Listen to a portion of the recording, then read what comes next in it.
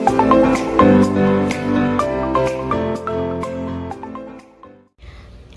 guys! Welcome to another video. For today's video, magluluto po tayo ng chicken skin gamit po ang XiaoMi Smart Air Fryer. So, itong chicken skin, naka-marinate na po siya. Nilagyan ko po siya ng salt and pepper. So, yun lang yung nilagay ko. And then, half kilo.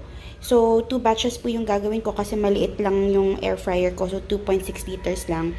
So, for today, lulutuin natin siya. Ayan.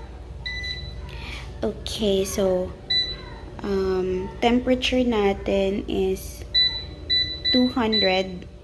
And then, try muna natin ng 10 minutes yung time. Ayan.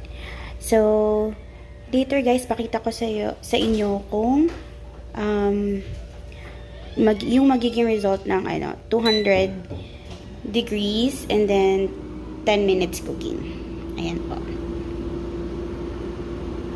So, ayan guys, tapos na po siya. Oh! Parang kulang pa siya. So, i-flip ko lang and then I'll add another 10 minutes. Okay guys, luto na po siya. So, let's see. Crispy na talaga siya. Ayan. Okay, so for chicken skin, pwede siyang 200 degrees and then 10 minutes each side. Okay?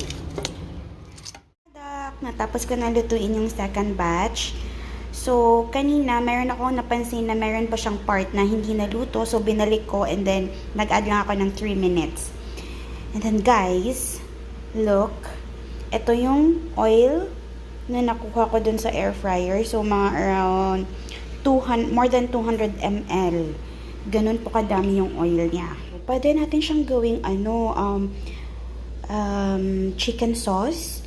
So, dagdagan lang siya ng atsuete. Ayan, para hindi naman siya masayang, pwede natin siyang gamitin for chicken inasal. Okay, Yuki. Try the chicken skin, air-fried chicken skin.